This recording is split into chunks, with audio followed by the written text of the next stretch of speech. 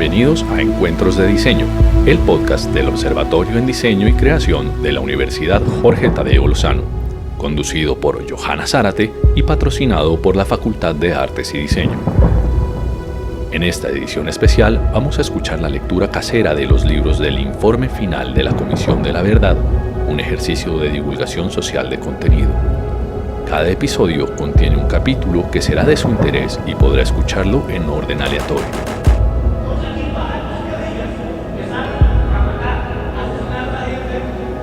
Hola a todos y todas.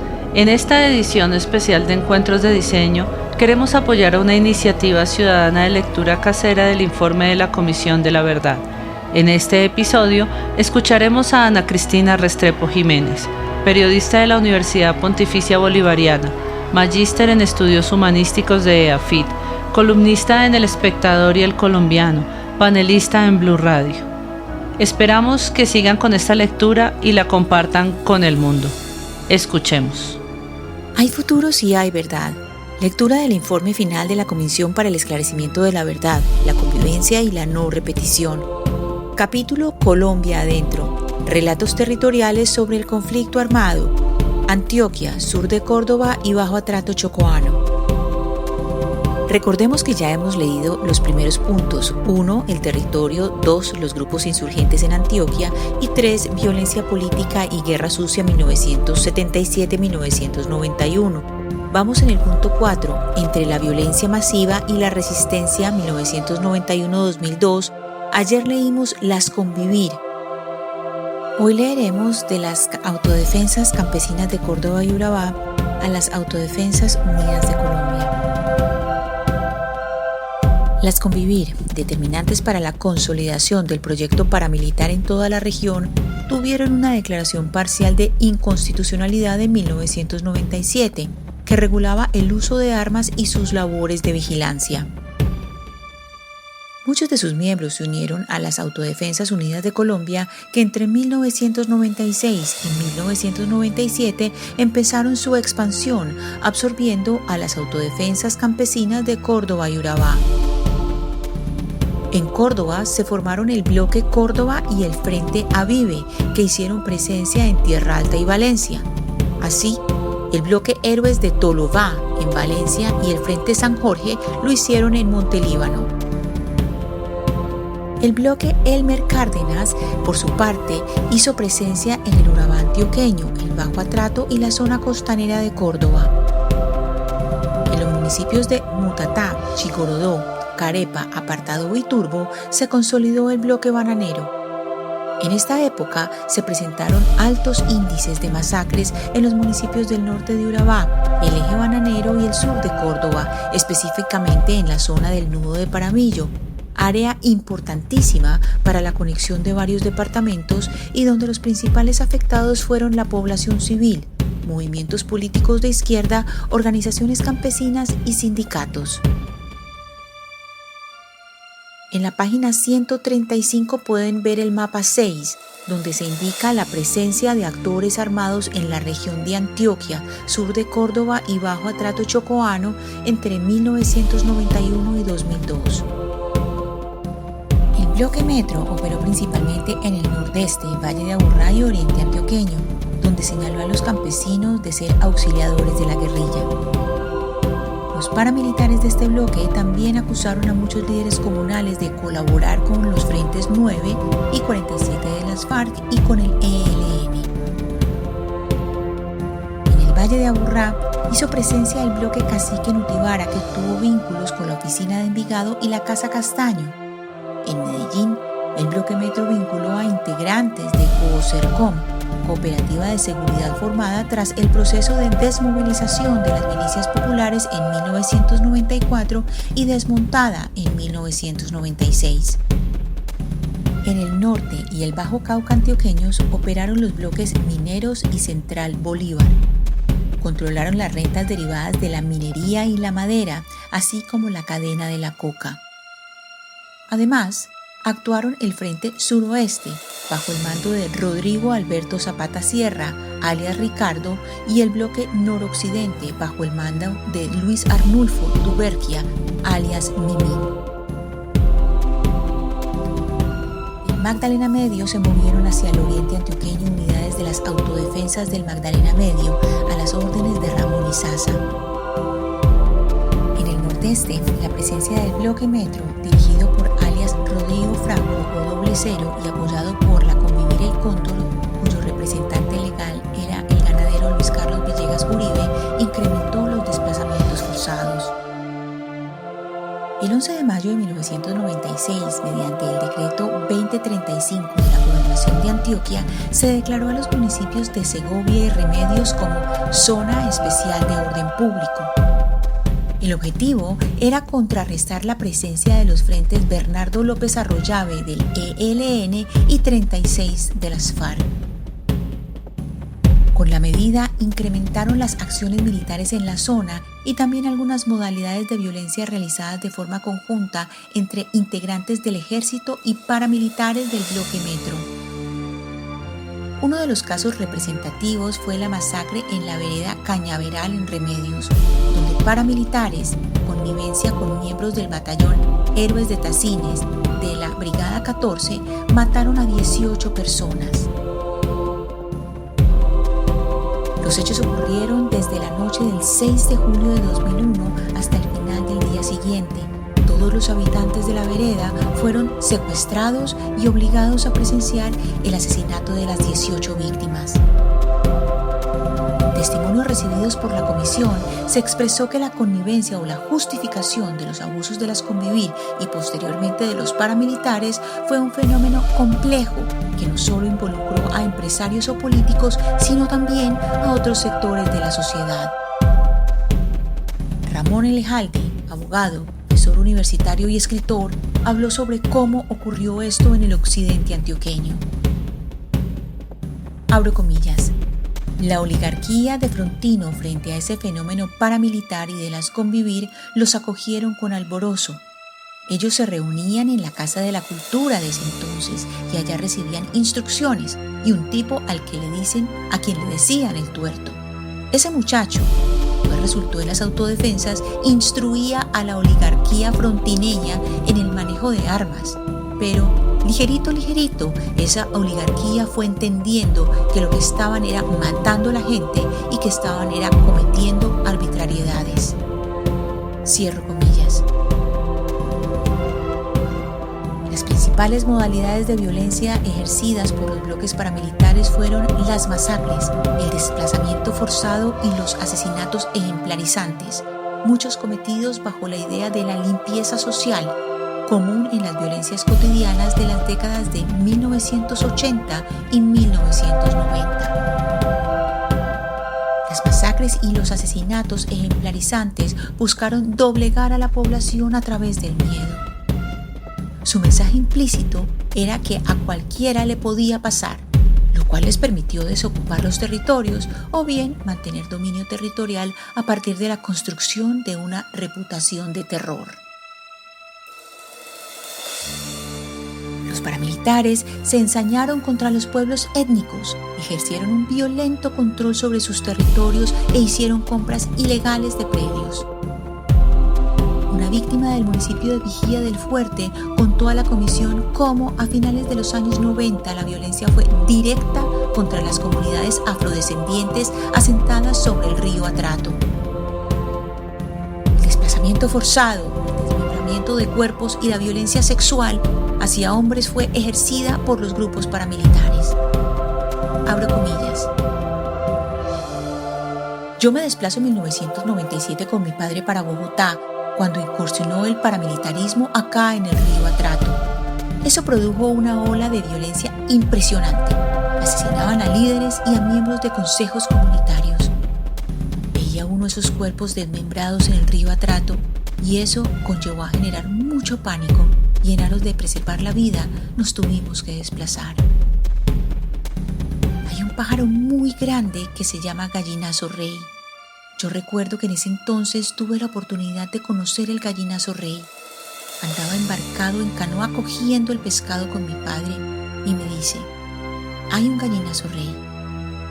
Acerquémonos, debe ser que hay una vaca o un cerdo muerto, porque ellos únicamente bajan en esos casos cuando hay un podrido muy grande.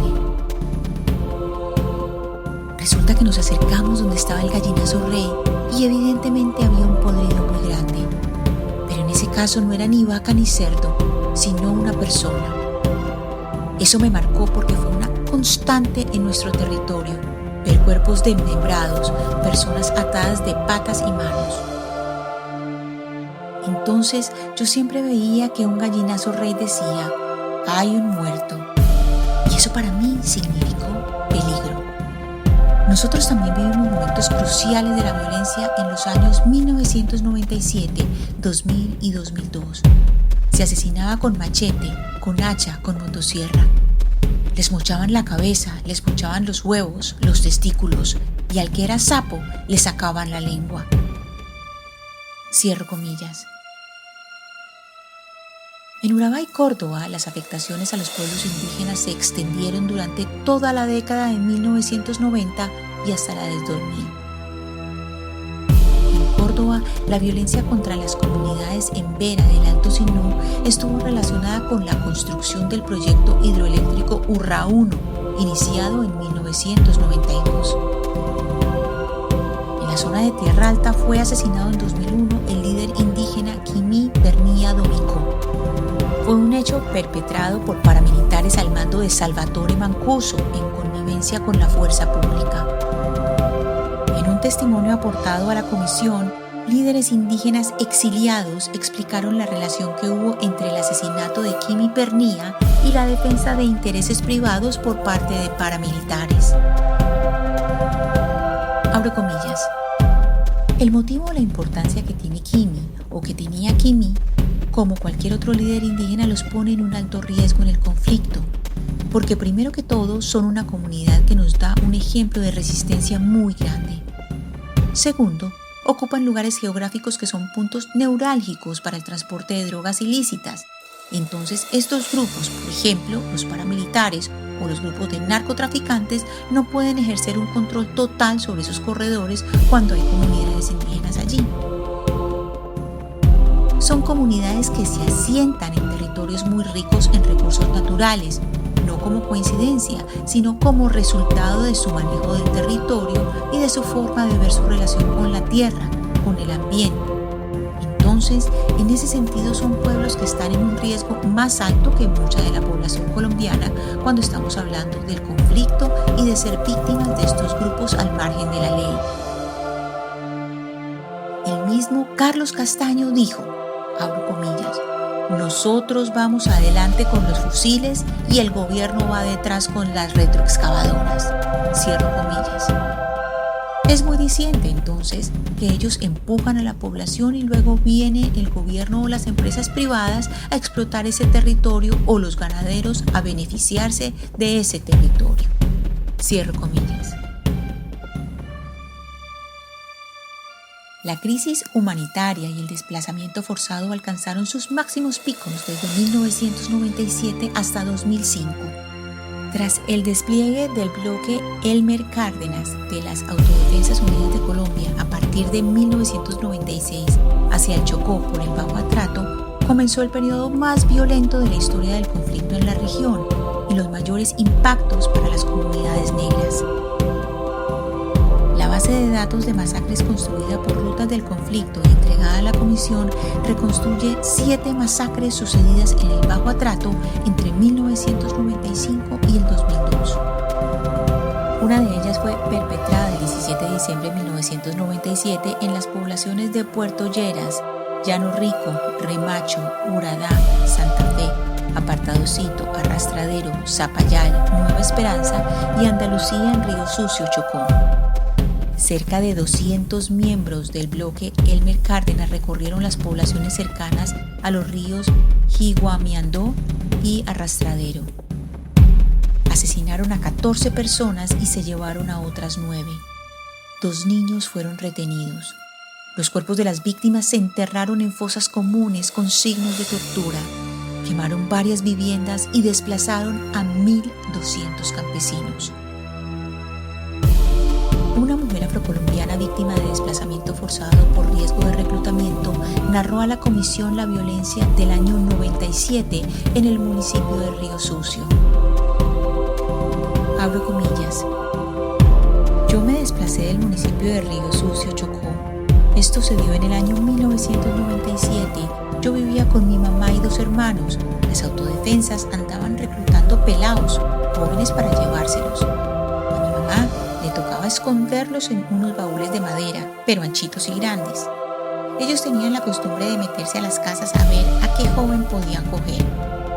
Entonces, a la mamá le tocaba hacer lo que fuera. Debido a eso, mi mamá decidió mandarnos con nuestra abuela a Turbo. Y cuando pasaban estas cosas, no nos dejaban salir. Día y noche con la puerta cerrada. Ellos, el bloque Elmer Cárdenas, llegaron de forma agresiva. Llegaron matando gente, reclutando a los pelados y también tiraban granadas. A veces alcanzaban a ciertas personas. En ese tiempo ellos hacían muchas masacres. Cogían a la gente y la mataban así, por matarla. Un tío de nosotros sé que lo mataron en la orilla del río. Al borde del caño lo mataron. Cierro comillas. Además del despliegue de combatientes y las violencias contra la población civil, los paramilitares llegaron a acuerdos con las élites políticas regionales y nacionales. En 2001 se firmó el Pacto de Ralito, liderado por Salvatore Mancuso, que consolidó la estrategia de control político del Congreso y la gobernabilidad local por parte de los paramilitares. En Urabá, en el año 2000, se conformó el proyecto político Urabá Grande, Unida y en Paz, cuyo objetivo consistió en apoyar candidatos a cargos de elección popular que compartieran compromisos políticos como el paramilitarismo. En algunas regiones de Chocó, por ejemplo, se promovieron el proyecto político para el Darién colombiano o Pacto del Chocó y el Pacto de Singapur. Simultáneamente, los grupos paramilitares crearon los promotores de desarrollo social que cooptaron las juntas de acción comunal. El proyecto Urabá Grande, Unida y en Paz se constituyó en la muestra más fehaciente de lo ocurrido en el marco de la parapolítica en Antioquia. Lo que comenzó bajo el nombre de Movimiento Poder Popular Campesino se transformó en un proyecto político más ambicioso que se promocionó como Por una Urabá Grande, Unida y en Paz, un alcance nacional a través del cual se buscó representación regional en el Congreso de la República. En la sentencia contra el senador Humberto Willes Correa, uno de los políticos beneficiados por las Autodefensas Unidas de Colombia en las elecciones del año 2002, la Corte Suprema de Justicia reveló la versión de un testigo que aseveró que la primera noticia de esa iniciativa la expuso el ex jefe paramilitar Rendón Herrera en una reunión a comienzos de la década del 2000 en el corregimiento de Pueblo Nuevo del municipio de Necoclí. Abro comillas. Asistieron entre 300 y 400 personas, donde se socializó la necesidad de tener representación regional en el Congreso de la República y dimos nuestro consentimiento. Cierro comillas. Ante las pruebas recaudadas en el proceso contra Willes Correa, que incluyeron aportes en dinero obtenidos en subastas ganaderas, la Corte Suprema concluyó que, abro comillas, la intromisión de grupos paramilitares a través del movimiento político Por una Urabá Grande, Unida y en Paz en las elecciones al Congreso de la República del año 2002 fue una realidad incontrastable, de donde se saca que quienes obtuvieron puestos en la corporación legislativa a través de esa colectividad no lo hicieron conforme a las reglas de la democracia, a voto limpio, como se dijo con insistencia durante la audiencia pública. Esas curules estuvieron contaminadas delictivamente porque fueron conseguidas mediante un poder militar de facto, que despojó de derechos políticos a toda una masa poblacional, coartada en su libertad de elegir y ser elegidos. Cierro comillas. Hasta aquí nuestra lectura de hoy. Mañana leeremos Desplazamiento y despojo de tierras. Muchas gracias por oír. Lectura casera, Ana Cristina Restrepo Jiménez. Acabamos de escuchar la lectura del informe de la Comisión de la Verdad, una entidad de Estado que busca el esclarecimiento de los patrones y causas explicativas del conflicto armado interno que satisfaga el derecho de las víctimas y de la sociedad a la verdad, promueve el reconocimiento de lo sucedido, la convivencia en los territorios y contribuye a sentar las bases para la no repetición mediante un proceso de participación amplio y plural para la construcción de una paz estable y duradera, con la cual Encuentros de Diseño desde la Universidad Jorge Tadeo Lozano se ha comprometido. Esperamos compartan estos audios y nos ayuden a su divulgación.